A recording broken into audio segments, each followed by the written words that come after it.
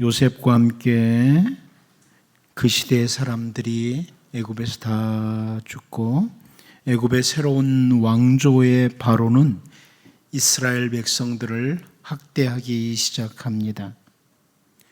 출애굽기 1장 13절 14절 말씀을 보면 이스라엘 자손에게 이를 엄하게 시켜 어려운 노동으로 그들의 생활을 괴롭게 하니 곧 흙 이기기와 벽돌 굽기와 농사의 여러 가지 일이라 그 시키는 일이 모두 엄하였더라, 이렇게 설명해 줍니다. 그리고 우리가 잘 아는 것처럼 이스라엘 백성들이 더 강해질까 봐 염려돼서 아들을 낳으면 나일강에 던져서 죽이라는 명령까지 내립니다. 이스라엘 백성들에게는 어두움이 짙게 깔린 이런 시대가 찾아왔습니다.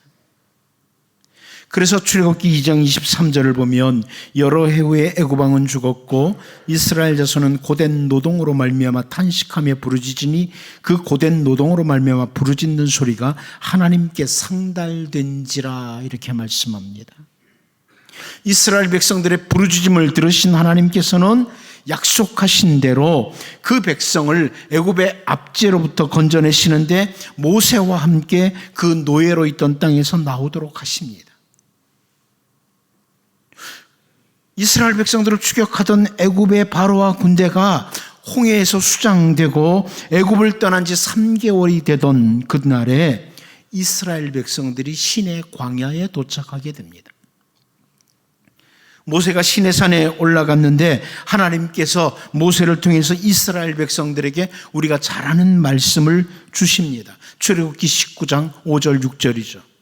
세계가 다 내게 속하였나니 너희가 내 말을 잘 듣고 내 언약을 지키면 너희는 모든 민족 중에서 내 소유가 되겠고 너희가 내게 대하여 제사장 나라가 되며 거룩한 백성이 되리라. 너는 이 말을 이스라엘 자손에게 전할지니라.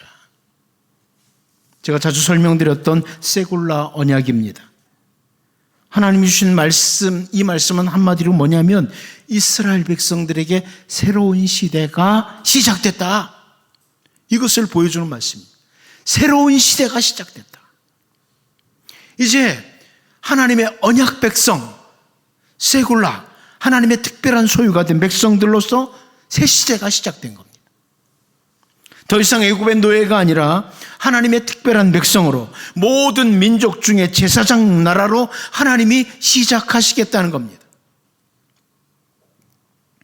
그런데 우리가 잘 아는 것처럼 약속의 땅에 들어가서 살면서 이스라엘 백성들이 점점 죄에 오염됩니다. 이름만 하나님의 백성이고 제사장 나라 백성이고 새로운 시대 백성이지 이방인들과 거의 다를 바 없는 이런 삶을 살아가게 됩니다. 하나님께서는 선지자를 보내시고 끊임없이 보내시면서 그들이 돌아오도록 하죠. 그러다가 마침내 선지자 예레미야를 통해서 새로운 시대, 또 다른 새로운 시대를 예고하십니다. 예레미야 31장 31절 32절입니다. 여호와의 말씀이니라. 보라, 날이 이르리니 내가 이스라엘 집과 유다 집에 새 언약을 맺으리라. 이 언약은 내가 그들의 조상들의 손을 잡고 애굽 땅에서 인도하여 내던 날에 맺은 것과 같이 아니할 것은 내가 그들의 남편이 되었어도 그들이 내 언약을 깨뜨렸습니다. 여호와의 말씀이니라, 이렇게 말씀합니다.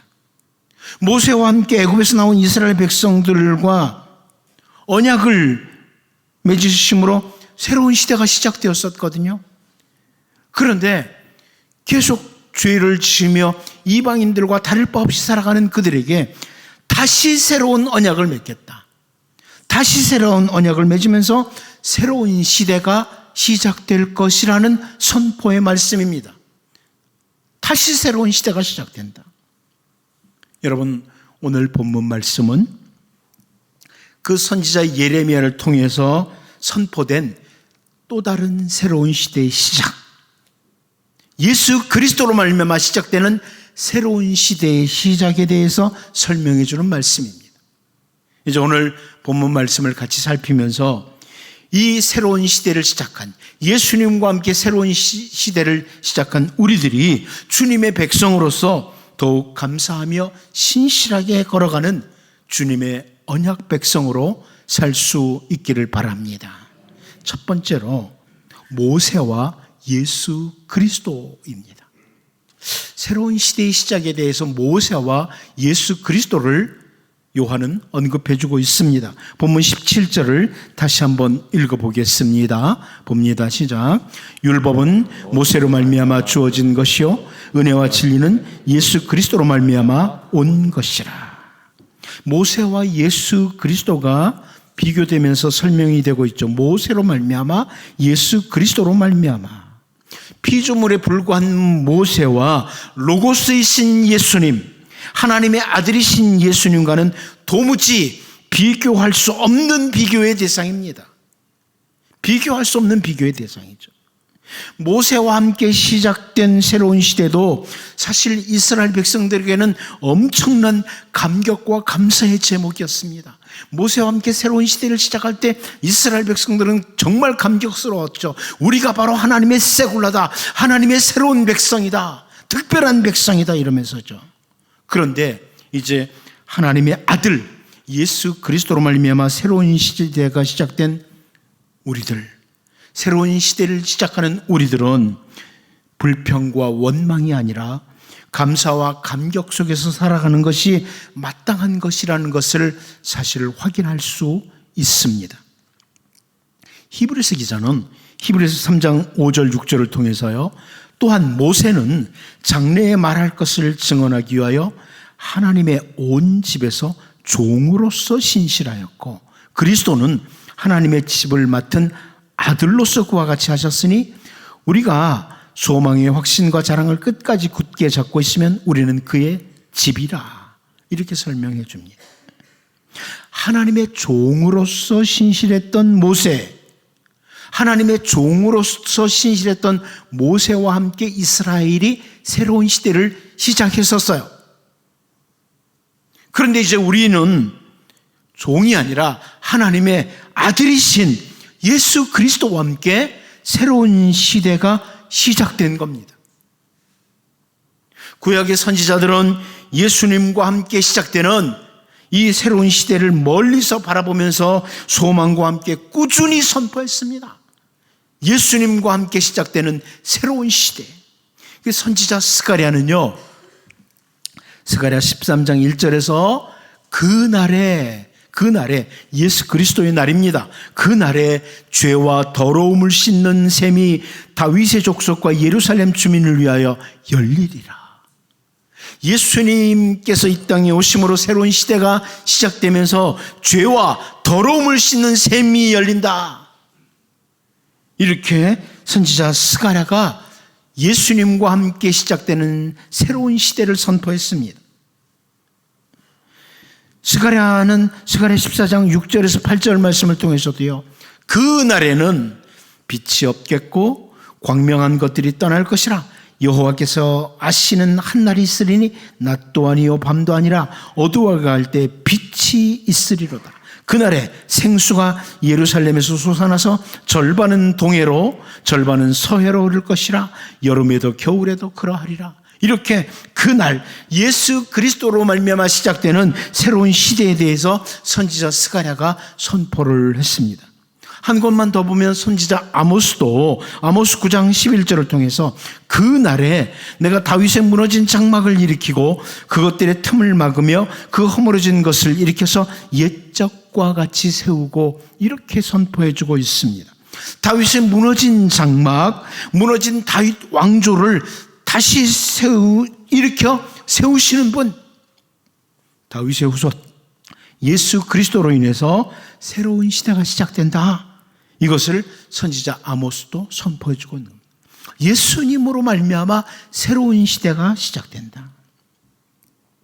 여러분, 오늘 본문에서 모세와 함께 새로운 시대를 시작되었던 그 이스라엘과 달리 우리는 하나님의 아들이신 예수님과 함께 새로운 시대가 시작되었고 새로운 시대에 살고 있는 주님의 백성들, 언약 백성으로서 더 신실하게 감사하며 살아가는 우리 모두가 될 수 있기를 바랍니다. 두 번째로 율법, 그리고 은혜와 진리를 비교해서 설명해 줍니다. 율법 그리고 은혜와 진리라. 우리 본문 17절을 다시 한번 보겠습니다. 봅니다. 시작. 율법은 모세로 말미암아 주어진 것이요 은혜와 진리는 예수 그리스도로 말미암아 온 것이라. 출애굽기 19장에서 모세를 통해서 언약 백성으로 새로운 시대를 시작하시겠다 이렇게 하신 하나님께서는 출애굽기 20장에서 소위 율법을 주셔요. 그러니까 출애굽기 19장에서 세굴라 언약을 맺죠. 너희는 특별한 내 백성님들이다. 제사장 나라가 된다. 언약을 맺으신 하나님께서 출애굽기 19장 다음 장 20장부터는 십계명을 비롯한 율법들을 주시는 거예요. 언약 백성, 새로운 백성으로 살아가야 될 말씀, 율법이 주어지는 겁니다. 그렇게 모세를 통해서 하나님께서 하나님의 백성들에게 율법을 주심으로 언약 백성으로서 새로운 시대가 시작되는 겁니다. 율법과 함께. 그런데 오늘 본문을 통해서 예수 그리스도를 통해서 시작되는 새로운 시대는 하나님께서 또 다른 새로운 율법을 주시는 것이 아니라 은혜와 진리가 왔다. 이렇게 설명해 줍니다. 자, 율법과 함께 새로운 시대를 모세와 함께 시작했잖아요.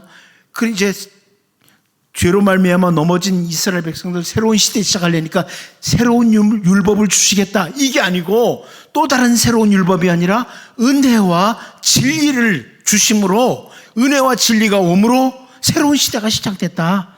이런 말씀이에요. 모세를 통해 주어진 율법과 함께 이스라엘 백성들 새로운 시대 시작되면서 우리는 율법을 가진 자다. 그랬거든요. 그런데 이제 우리는 이 새로운 시대에 주님으로 인해서 은혜와 진리가 허락되었다. 그 은혜와 진리라는 헬라어 단어는 카리스와 알레데이아라는 이 단어인데요. 이 단어는 제가 구약에서 자주 히브리어에서 언급된 헤세드라는 단어와 에메트라는 단어예요. 무슨 의미냐면 이것은 헤세드와 에메트는 하나님 성품이에요. 하나님께 속한 것이요. 은혜와 진리는 하나님께 속한 것이다. 이것을 보여주는 거죠. 바울 사도가 갈라디아서 4장 4절 5절을 통해서 때가 참에 하나님이 그 아들을 보내사 여자에게서 나게 하시고 율법 아래에 나게 하신 것은 율법 아래에 있는 자들을 속량하시고 우리로 아들의 명분을 얻게 하려 하심이라. 이렇게 설명해 주고 있습니다. 예수님께서 율법 아래에 있던 우리들을 위해서 율법 아래에서 태어나심으로 율법 아래에 있던 우리들을 속량하셨다. 그리고 하나님의 자녀라는 명분을 얻도록 은혜를 주신 겁니다. 여러분, 예수님으로 인해서 우리가 하나님의 자녀라는 이 명분을 얻는 은혜를 받은 거예요. 은혜로 하나님의 자녀가 된 거예요. 율법을 가진 백성으로서 이스라엘 백성들은요, 율법대로 살지도 못하면서 상당한 자부심을 가지고 있었습니다. 우리는 율법을 가진 자라고. 그런데 우리는요, 예수 그리스도로 인해서 은혜와 진리가 주어졌으니 정말 감사하고 또 감사하고 신실하게 살아가는 것이 우리의 올바른 반응입니다. 바울 사도의 서신서에서 그 인사말들을 보면 주 예수 그리스도로부터 은혜가 있기를 기원하는 내용을 계속 확인할 수 있다. 이거 지난번에도 말씀드렸어요. 갈라디아서 1장 3절을 보면 우리 하나님 아버지와 주 예수 그리스도로부터 은혜와 평강이 있기를 원하노라 이렇게 축복하고 있죠. 아무튼 은혜는 주 예수 그리스도로부터 옵니다. 그리고 우리가 잘 알고 있는 요한복음 14장 6절 말씀도 보면 예수께서 이르시되 내가 곧 길이요 진리요 생명이니 나로 말미암지 않고는 아버지께로 올 자가 없느니라. 이렇게 예수님께서 선언을 하셨습니다. 예수님이 길이다, 진리다, 생명이다 말씀하셨어요. 제가 전에도 설명드렸지만 이 길이라는 단어, 진리라는 단어, 생명이라는 단어 앞에는 정관사가 있습니다. 무슨 말이냐면 예수님이 진리이신데 그 진리시다, 유일한 진리시다 이런 말씀입니다. 세상에 진리라는 건 많지만 유일한 진리는 오직 예수 그리스도라는 겁니다. 이렇게 정리해서 말씀드리죠. 예수님은 은혜이시고 진리이십니다. 모든 은혜와 진리는 예수님을 통해서만 옵니다. 하나님께 속한 모든 은혜와 진리는 예수님을 통해서만 우리에게 올 수 있습니다. 저는 세대주의 신학을 가진 사람은 아니지만 굳이 오늘 본문 말씀과 함께 이렇게 한번 말씀드려 봅니다. 모세를 통해서 주어진 율법과 함께 시내산에서 새로운 시대가 이스라엘 백성들에게 시작됐습니다.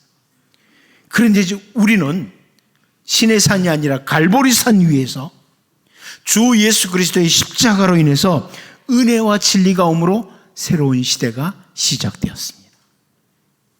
시내산에서 율법과 함께 새로운 시대, 갈보리산에서 십자가에서 은혜와 진리로 새로운 시대가 우리에게 주어졌다.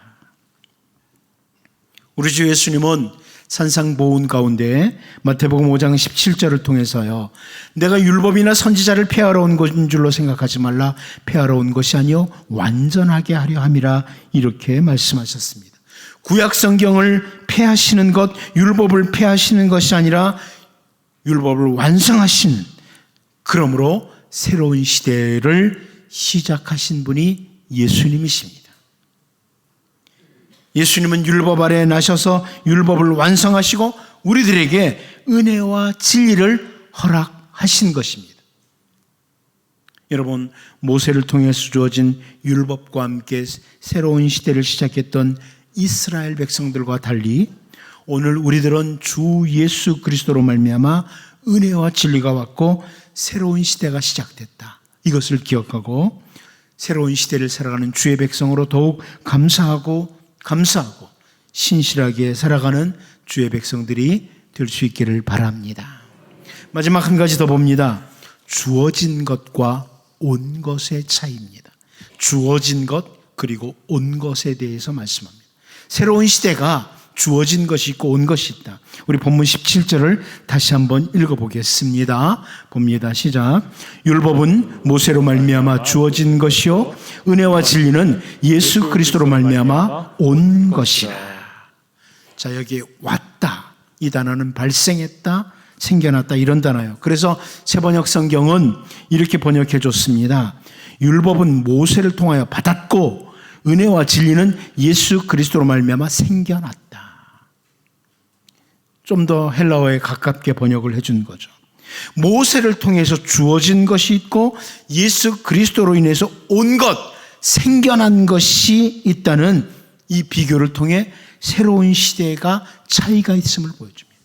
모세를 통해서 시작된 새로운 시대는 율법이 주어졌고 예수님으로 말미암아 시작된 새로운 시대는 은혜와 진리가 왔다, 생겨났다, 이런 의미입니다. 여러분, 시내산에서 모세가 이스라엘 백성들로 하여금 새로운 시대의 백성으로 살도록 하기 위해서 그 시내산 위에 올라가서 모세가 율법을 만들어낸 게 아닙니다.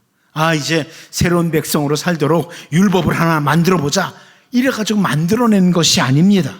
하나님께서 새로운 시대의 백성으로 살도록 하기 위해서 모세를 통해서 율법이 선포되도록 주신 것입니다. 하나님이 주신 것입니다. 그러므로 새로운 시대가 시작됐어요. 그런데 은혜와 진리는 예수님에게서 생겨난 것이라고, 예수님에게서 발생한 것이라고 이렇게 요한이 설명하면서 새로운 시대가 시작됐음을 알려줍니다. 여러분, 모세가 아니라도 다른 어떤 사람을 통해서라도 율법은 이스라엘 백성들에게 주어질 수 있습니다. 다른 사람을 통해서라도 율법이 주어질 수 있죠. 그러나 예수님이 아니면 은혜와 진리는 우리에게 올 수가 없습니다. 예수님이 아니면 은혜와 진리가 올 수 없어요. 여러분들이 아무리 선하고 의롭게 산다고 해도 우리 인간들이 은혜와 진리를 받을 수 있는 근거가 없어요. 오직 주 예수 그리스도, 우리 주 예수 그리스도로 인해서 은혜와 진리가 우리에게 주어진 겁니다. 시작된 거예요. 애굽에서 노예로 살던 이스라엘 백성들로 하여금 새로운 시대가 시작되도록 하신 분은 모세가 아니라 하나님이셨기에 모세를 사용하셔서 모세를 통해서 율법이 주어졌습니다. 그런데 오늘 우리들은 예수 그리스도께로부터 온 은혜와 진리로 새로운 시대를 시작했다. 그러므로 그 어떤 다른 사람이나 그 어떤 다른 것으로 예수님을 대체할 수가 없습니다. 오직 예수님 뿐입니다. 여러분이 예수님을 놓치면 모든 것을 잃어버리는 거예요. 예수님이 아니면 은혜와 진리가 올 수 없습니다. 예수님이 아니면 우리는 그 누구도 은혜를 받은 자, 진리 안에 거하는 자가 될 수 없습니다. 바울 사도가 고린도후서 5장 17절을 통해서요, 그런즉 누구든지 그리스도 안에 있으면 새로운 피조물이라. 이전 것은 지나갔으니 보라 새 것이 되었도다. 이렇게 선포해 줍니다. 그리스도 안에서 새로운 피조물, 새 것이 된 우리들이 새로운 시대를 살게 된 겁니다. 그리스도 안에 있을 때 새로운 피조물이고 그리스도 안에서 새로운 시대가 시작되는 것입니다. 모세를 통해서 율법이 주어짐으로 새로운 시대를 시작하셨던 것처럼 그것과 좀 전혀 다르게 또 우리 주 예수 그리스도로 말미암아 우리에게 은혜와 진리가 왔다. 그래서 새로운 시대가 시작됐다. 이것을 기억하면서 언제나 감사하고 신실하게 살아가는 주님의 언약 백성으로 우리 모두가 살 수 있기를 바랍니다. 기도합니다. 하나님 아버지, 모세와 함께 새로운 시대가 시작됐을 때 이스라엘 백성들이 감격과 감사 속에서 살았습니다. 하나님, 하지만 우리에게는 율법이 아니라 은혜와 진리로 예수 그리스도로 말미암아 새로운 시대가 시작되었으니 원망과 불평의 삶이 아니라 정말 감사하며 살 수 있는 언약 백성으로서 신실하게 살 수 있는 우리의 다짐이 있게 하시고 성령님 우리를 도우셔서 새로운 시대 백성으로 신실하게 살게 하여 주옵소서. 예수님의 이름으로 기도하옵나이다. 아멘.